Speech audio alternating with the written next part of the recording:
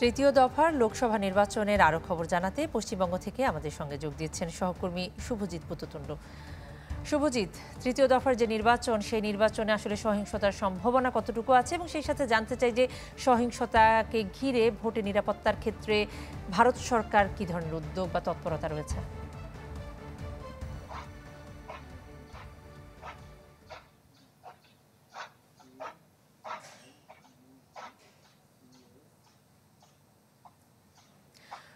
শুভজিৎ, এই যে তৃতীয় দফা নির্বাচন, সেটি ঘিরে আপনার সহিংসতার সম্ভাবনা কতটুকু আছে, এবং একই সাথে জানতে চাই যে নিরাপত্তার ক্ষেত্রে কতটা।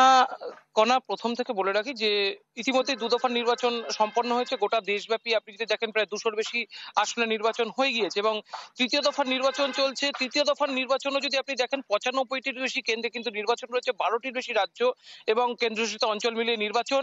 কিন্তু সবার কিন্তু নজর রয়েছে সহিংসতার বিষয়ে পশ্চিমবঙ্গের দিকে, কারণ পশ্চিমবঙ্গ নির্বাচন সহিংসতার গড় হিসেবে চিহ্নিত। আপনি যদি দেখেন পশ্চিমবঙ্গের প্রথম দফায় ইতিমধ্যে 6টি আসন নির্বাচন সম্পন্ন হয়ে গিয়েছে এবং এই 6টি আসনের মধ্যে যে ছোটখাটো সহিংসতা সামনে এসেছে সেটাকে কিন্তু আমি দেখছিলাম বাংলাদেশের অনেক পত্রপত্রিকায় কিন্তু তারা খবর করছিলেন যে বিক্ষিপ্ত সহিংসতা, কিন্তু সহিংসতার যে মূল সমীকরণ অর্থাৎ মূল যে চিত্র সেটা কিন্তু আসতে পারে আগামী নির্বাচনগুলোকে। অর্থাৎ আপনি যদি সেই হিসেবে দেখেন, বলা যেতে পারে ট্রেলার চলেছে, পিকচার আমি বাকিয়ে, এবং এই পিকচার কি হতে পারে, যে কতটা রক্তপাত হতে পারে, কতটা কতটা উত্তেজনাপূর্ণ হতে পারে, তার কিন্তু একটা আভাস কিন্তু নির্বাচন কমিশন ইতিমধ্যেই পেয়ে গিয়েছে। নির্বাচন কমিশন কিন্তু প্রথমেই বলেছিল যখন নির্বাচন ঘোষণা করে যে তারা ব্লাডলেস নির্বাচন চায়, কিন্তু আজকের দিনে দাঁড়িয়ে অর্থাৎ আজকে যেদিন আপনার সাথে কথা বলছি সেই মুহূর্তে কি পশ্চিমবঙ্গ ব্লাডলেস রয়েছে?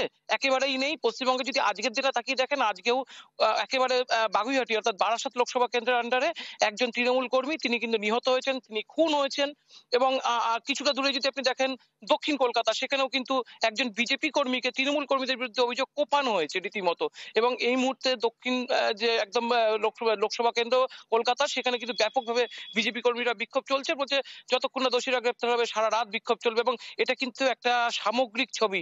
রাজ্যের বাকি যে জেলাগুলো অর্থাৎ মুর্শিদাবাদ, মালদা, বীরভূম, পুরুলিয়া, বাঁকুড়া যেখানে নির্বাচন হতে চলেছে, এমনকি কলকাতা পর্যন্ত, উত্তর চব্বিশ পরগনা, দক্ষিণ চব্বিশ পরগনা, সর্বত্র কিন্তু একেবারে রক্তপাতযুক্ত নির্বাচন হবে, এটা কিন্তু বোঝা যাচ্ছে। কেননা নির্বাচনের যে পরিস্থিতি, ব্যাপক পরিমাণ অস্ত্র উদ্ধার হচ্ছে, ব্যাপক পরিমাণে টাকা রিকভারি হচ্ছে, তারপরেও যে সহিংসতা, গ্রামাঞ্চলের সহিংসতা, সেটা কিন্তু নিয়ন্ত্রণে এখনো পর্যন্ত পুলিশ প্রশাসন সম্পূর্ণভাবে তারা কিন্তু বিফল হয়েছে এবং তারা কিন্তু এখনো পর্যন্ত সেটা নিয়ন্ত্রণ করতে পারছে না। কিন্তু পশ্চিমবঙ্গের বাইরে যদি আপনি ছবিটা দেখেন, মণিপুরে সামান্য সহিংসতা হয়েছিল, সেটা কিন্তু সম্পূর্ণ সামগ্রিক ছবি নয়।